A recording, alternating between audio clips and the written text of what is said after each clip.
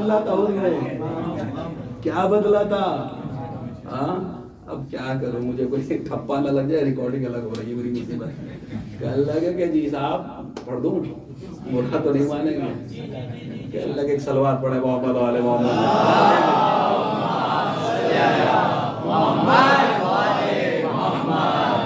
ہمارے جو رٹ لگاتے ہیں نا کہ لگ سب اعمال اعمال اعمال اعمال اعمال.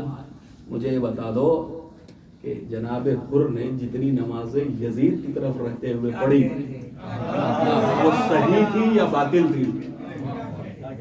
وہ صحیح تھی یا باطل تھی؟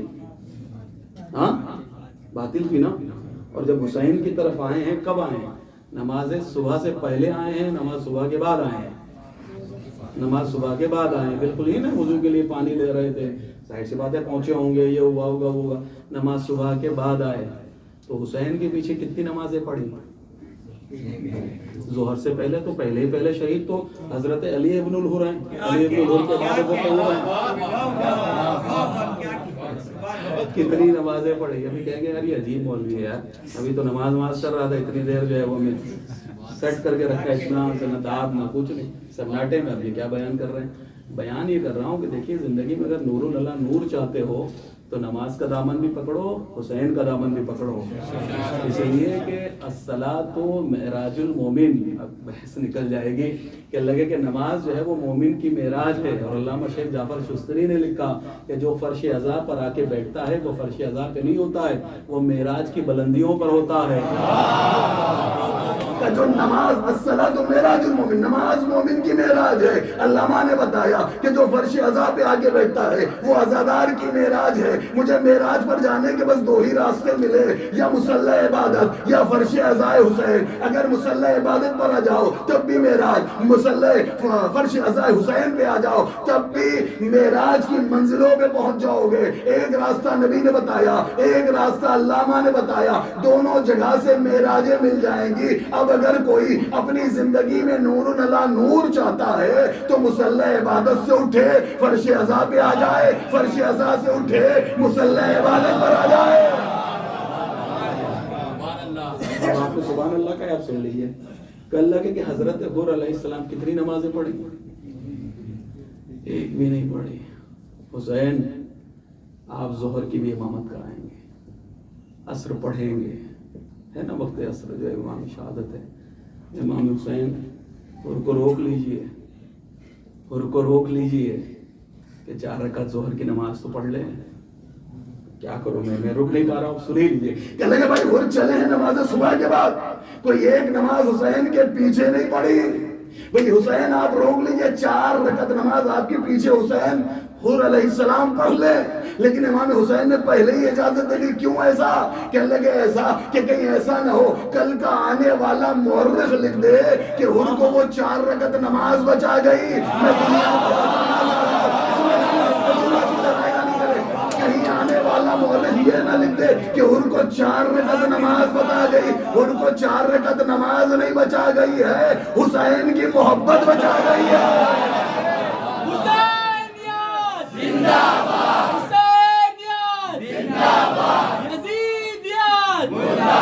دشمنان اہل بیت پر لعنت بے شمار یا علی یا علی زندہ باد مرد آباد. اللہ کے کہ صاحب حر نے کیا بدلا؟ اللہ کے حر نے امام بدلا تھا، حر نے امام بدلا تھا. حر نے نمازیں نہیں بدلی، روزہ نہیں بدلا تھا، حج نہیں بدلا تھا. یعنی نجات امام دلاتا ہے، شفاعت امام دلاتا ہے. بس آنے گرامی قدر عزیزو یاد رکھیے گا. ابھی اس میں بہت سی تفصیلیں تھیں، میں آپ کے سامنے پڑھتا لیکن پتہ نہیں کیوں بہت زیادہ ہو گیا کہ جی صاحب حر کو کلیجے سے لگایا. کیوں لگایا کلیجے سے؟ اس پہ بھی بحث ہے. حر کو صرف سند نہیں دی ہے، ماتھے پہ رومال باندھ کے حسین نے سرٹیفکیٹ بھی دے دیا. وہ بھی عظمت سیدہ کا جانتے تھے نا. عظمت سیدہ کیا ہے؟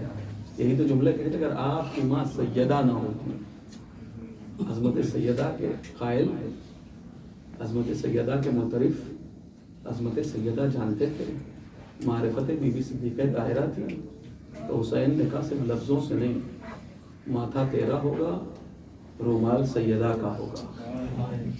اللہ اکبر، آپ رونے کے لیے آمادہ ہو گئے۔ آج شب 4 ہو چکی ہے، محرم کی 4 تاریخ، شب 4، 3 محرم گزر چکی ہیں۔ ہمارا اور آپ کا مہمان حسین اب 7 دنوں کا اور مہمان رہے۔ رونے میں کمی نہ کیجیے گا، اس لیے کہ ہم خلق ہی رونے کے لیے ہوئے ہیں، ہمیں مانگا ہی سیدہ نے رونے کے لیے تھا۔ بابا جان میرے حسین کو روئے گا کون؟ اپنی تقدیر کو ناز کرو، اپنے تقدیر پہ ناز کرو کہ تم حسین کو روتے ہو، حسین کا گریہ کرتے ہو۔ اللہ اکبر۔ ہاں عزیزو، روایتیں کہتی ہیں صبح عاشور ہے، ایک مرتبہ حر جو ہے وہ چلو میں پانی لیے ہوئے وضو کرنے کے لیے تیار بیٹھا کہ ایک مرتبہ کسی ماں کی آواز آتی ہے، اے حر تو جتنے پانی میں وضو کر رہا ہے اتنے پانی میں حسین کے بچوں کی پیاس بجھ جائے گا۔ تو ایک مرتبہ حر نے آواز کی جانب حر متوجہ ہوئے، اب جو خیمے سے کان لگایا تو آواز آ رہی تھی، التاش التاش التاش، آئے پیاس مارے ڈال رہی ہے، پیاس مارے ڈال رہی ہے۔ حر جو ہے وہ خیمے میں ٹہل رہے ہیں۔ اللہ اکبر۔ ایک مرتبہ غلام نے جب یہ عالم دیکھا، ایک تشت میں پانی لے کر بڑھ گیا، حر نے تشت کے اوپر ہاتھ مارا، سارا پانی زمین پہ بہ گیا۔ اللہ اکبر۔ ایک مرتبہ غلام دوڑا، بھائی کو بلایا، بیٹے کو بلایا کہ چل کے آقا کے عالم کو دیکھیے۔ جیسے حر کو آ کر دیکھا، کیا دیکھا کہ حر کی آنکھیں سرخ ہو رہی ہیں، حر لرز رہا ہے۔ کہ حر تم تو جری ہو، تم تو بہادر ہو، حر کیا بات ہے، آخر یہ حالت کیسی بنا رکھی ہے؟ بیٹے کو لیا، بھائی کو لیا کہ ذرا ادھر قریب آؤ۔ اب خیام حسینی کی طرف کہتا ہے کہ ذرا کان لگا کر سنو تو صحیح، کیا آواز آ رہی ہے؟ کچھ سن رہے ہو؟ کہ ہاں ہاں بھائی آواز آ رہی ہے، التاش التاش التاش۔ حر کا جملہ سنو گے؟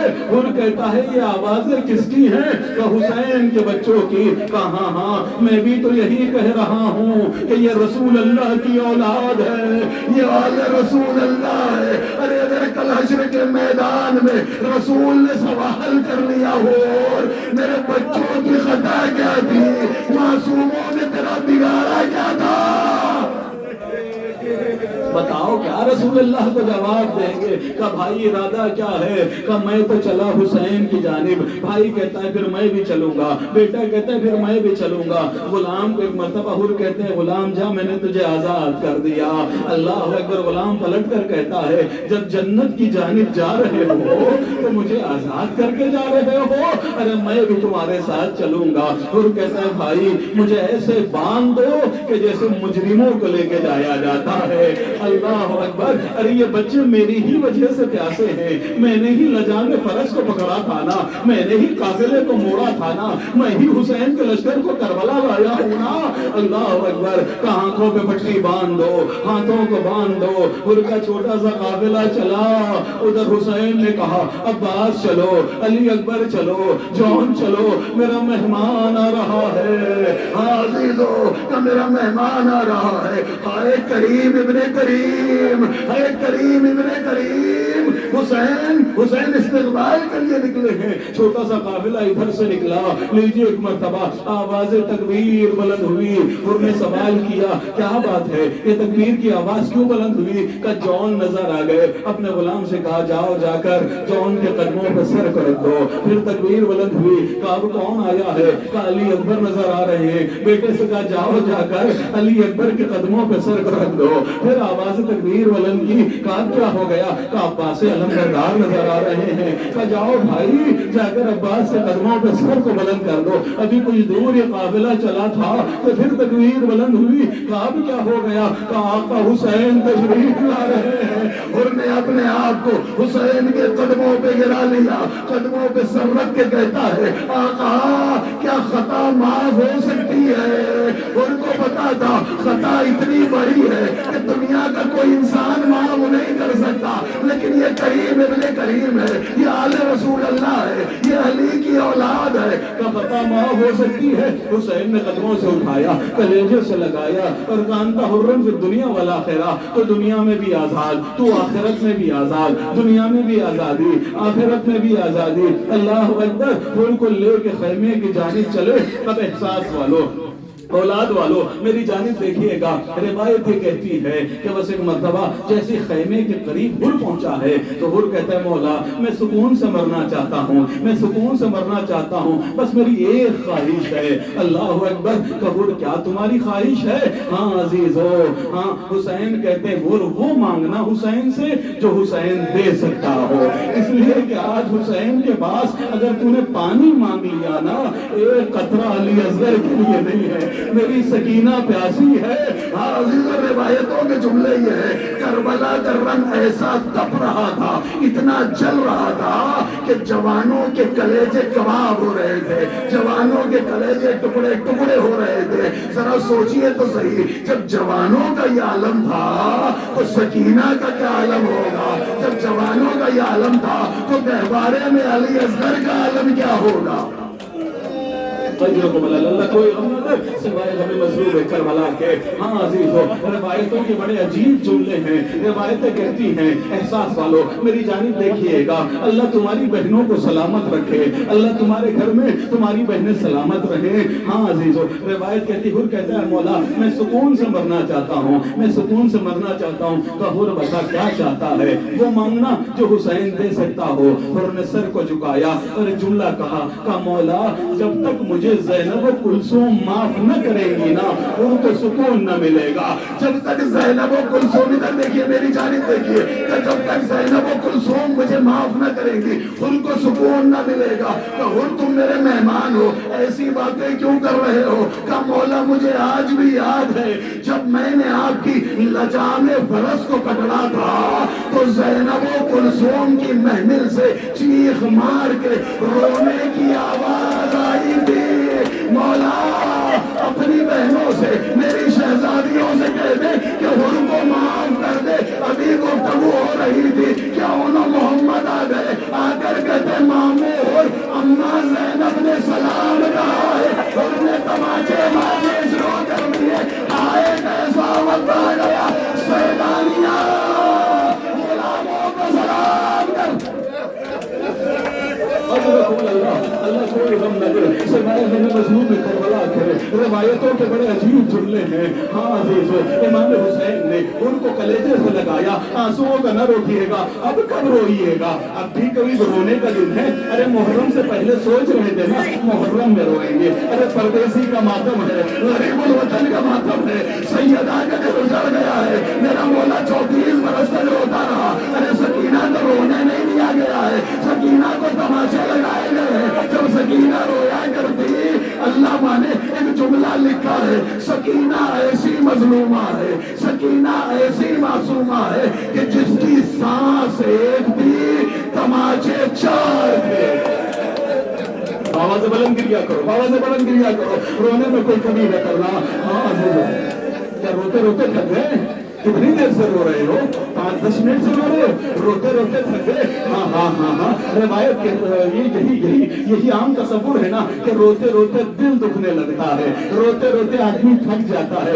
ارے رونا تو زینب کبریٰ کا کام ہے، رونا تو سید سجاد کا کام ہے۔ اللہ اکبر۔ روایت یہ کہتی ہے ایک مرتبہ حسین نے حر کو لیا اور لینے کے بعد خیمے میں پہنچے، جیسے حر کو بیٹھالا ہے بس ایک مرتبہ حسین کے کانوں میں آواز آ رہی تھی، چھوٹے چھوٹے بچے تھے نا، التاش التاش التاش التاش، اللہ تمہارے بچے سلامت رہے، اللہ کسی کے بچے ایسے نہ اجڑے جیسے حسین کے بچے اجڑے ہیں۔ ہاں عزیز میری جانب دیکھیے گا، روایت کے عجیب جملے جیسے حسین کے کانوں میں التاش التاش التاش کی چھوٹے چھوٹے بچوں کی صدائیں آنے لگی نا، حسین نے ان کے چہرے کو دیکھا اور دیکھنے کے بعد بعد حسین وہاں سے اٹھے، بچوں کے خیمے میں آئے، آنے کے بعد بچوں کے سروں پر سے ہاتھ کو پھیرا ہے۔ روایت کہتی ہے کہ آج سے بچوں کا عالم یہ تھا کہ ہونٹ پھپڑائے ہوئے تھے، چہرہ سرخ ہو چکا تھا۔ اللہ اکبر۔ مطلب بچوں کے سر پر سے ہاتھ پھرایا اور پھرانے کے بعد کہا بچوں مجھے معلوم ہے تم بڑے پیاسے ہو، تمہیں 3 دن سے پانی نہیں ملا ہے، تم بہت پیاسے ہو، لیکن بچوں میرا مہمان آیا ہے، میرا مہمان آیا ہے، اگر تم صدائیں لگاؤ گے تو میرے مہمان کو شرمندگی ہوگی، لہذا تم الکش کی صدائیں نہ لگاؤ بلکہ کام کرو، اٹھتے آؤ اور حر کو سلام کرتے جاؤ، اٹھتے آؤ حر کو سلام کرتے جاؤ۔ حسین آ کر خیمے میں بیٹھے، اب ایک ایک بچہ آنے لگا، کوئی کہتے ماموں حر سلام، کسی نے کہا چچا حر سلام، کوئی کہتا ہے امو حر سلام، کوئی کہتا ہے حر سلام۔ اللہ اکبر۔ جب چھوٹے چھوٹے بچے حر کو سلام کرنے لگے، حر نے ہاتھوں کو جوڑ لیا، آقا ارے غلام کا کب تک امتحان لیجیے گا؟ اللہ اکبر۔ کب تک امتحان لیجیے گا؟ ہاں عزیزو، روایتیں کہتی ہے حر نے ایک مرتبہ ہاتھوں کو جوڑ کے حسین کے قدموں کو پکڑ کر کہا آقا اب جیا نہیں جاتا ہے، اب رہا نہیں جاتا ہے، سب سے پہلے میری امید کو پوری کر دے، میری حسرت کو پوری کر دے۔ کہا حر کیا چاہتے ہو؟ کہا مولا میرے بیٹے کو رنگ میں جانے کی اجازت دے دو۔ اللہ اکبر۔ علی ابن الحر کو اجازت ملی ہے۔ علی ابن الحر جنگ میں آئے ہیں، بہت دیر جنگ کرتے رہے، جنگ کے بعد واپس آئے، جیسے ہی واپس آنے لگے نا حر سمجھ گئے کہ بیٹا کیوں واپس آ رہا ہے۔ روایت کہتی ہے حر کے بیٹے کے بدن پر سلاح لٹکے ہوئے تھے، ذرا تھی، خود تھا، ساری چیزیں تھی اور گرمی اتنی شدید تھی کہ حر کے بیٹے کو پیاس چبھ رہی تھی۔ 3 دن کا بھوکا نہیں ہے، 3 دن کا پیاسا نہیں ہے۔ حر فوراً سمجھ گئے کہ بیٹا کیوں آ رہا ہے، پانی مانگنے کے لیے آ رہا ہے۔ اللہ اکبر۔ حسین کے پاس سے فوراً حر اٹھے اور بیٹے کو حسین تک آنے نہ دیا، بیچ میں ملاقات کی اور کرنے کے بعد کہا اے میرے لال علی ابن الحر، اے علی تمہیں تو معلوم ہے نا کہ خیموں میں پانی نہیں ہے، خیموں میں پانی نہیں ہے، جاؤ اب رسول اللہ کے ہاتھوں جامع کوثر سے سیراب ہو جانا۔ اللہ اکبر۔ علی ابن الحر آئے، جہاد کیا، کتنی دیر لڑتے، آواز دی یا بتا اے بابا مدد کے لیے آ جائیے۔ حر دوڑے، جیسے ہی حر دوڑے نا حسین نے بازو کو پکڑا، حر کدھر جا رہے ہو؟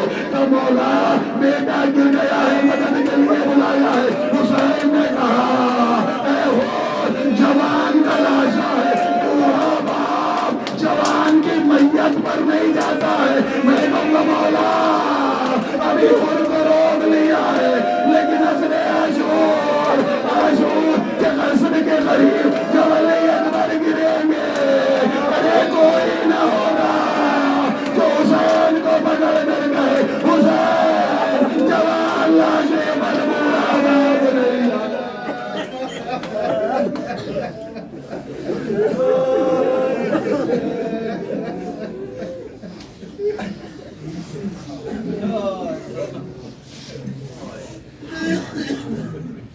انا للہ و انا الیہ راجعون۔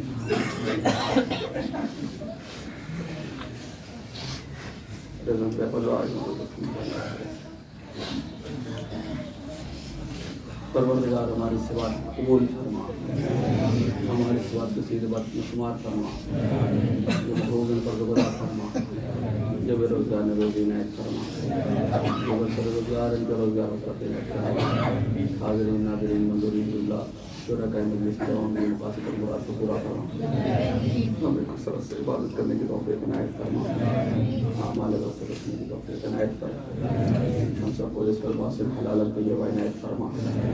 حسین کے دل قیام کا واسطہ جتنے بے گھر ہیں اللہ ان سب کے بچوں کے سر پر چھت عنایت فرما۔ اے میرے معبود سب کی دعاؤں کو قبول و مستجاب فرما۔ میرے معبود مریض ہیں انہیں شفا عنایت فرما۔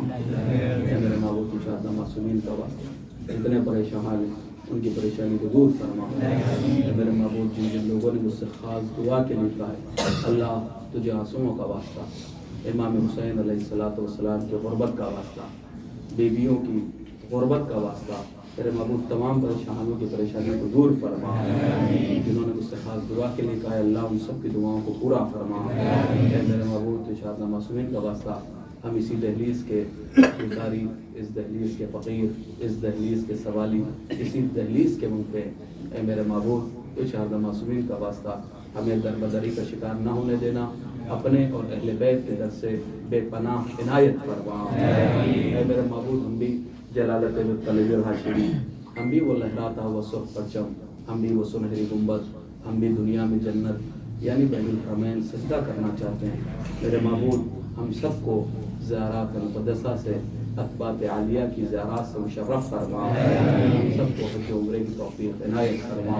اے میرے معبود جا چکے انہیں بار بار جانا نصیب فرما، جو اب تک نہیں گئے ان سب کو جانے کی سبیل فراہم فرما، ہماری دعاؤں کو قبول و مستجاب فرما۔ اے میرے معبود جتنے مریض ہیں ابھی جو بیمار کے صدقے، بیمار مدینہ بی بی صغرا کے صدقے، بی بی صغرا کی تڑپ کے صدقے، جو علی اکبر کے لیے صبح و شام تڑپ رہی تھی، اللہ اس محبت کا واسطہ تمام مریضوں کو شفا کامل اور عاجل عنایت فرما۔ اے میرے محبوب یہاں جتنے بزرگ بیٹھے ہمارے سر کا تاج، دیکھتا ہوں میں مسلسل چڑھتے ہوئے ان اوپر گھٹنوں میں درد ہے، لوگ بیٹھ کے نماز پڑھتے، اللہ ان بزرگوں کو صحت و سلامتی کے ساتھ تو لوگ عنایت فرما۔ اے میرے معبود ہم سب کی توفیقات میں اضافہ فرما۔ اے میرے معبود جو بھی حسین پر خرچ کرتے ہیں ایک چاول کے دانے کے برابر بھی، جو حسین کی خدمت انجام دیتے ہیں ایک پانی کے گلاس کے بدلے بھی، اے میرے معبود دونوں جہان میں اور خصوصاً اس جہان میں، اس جہان میں بھی اور اس جہان میں بھی اللہ ان کی 7 نسلوں کو تنگی، فقر اور جہالت سے محفوظ فرمائے۔ اے میرے معبود جو حسین کی خدمت انجام دیتے ہیں کسی بھی عنوان سے، چاہے جو ہے وہ اس ریکارڈنگ کے ذریعے کیوں نہ ہو، پیغام نشر کرتے ہیں، اللہ ان سب کو دونوں جہان میں کامیاب و کامران فرما۔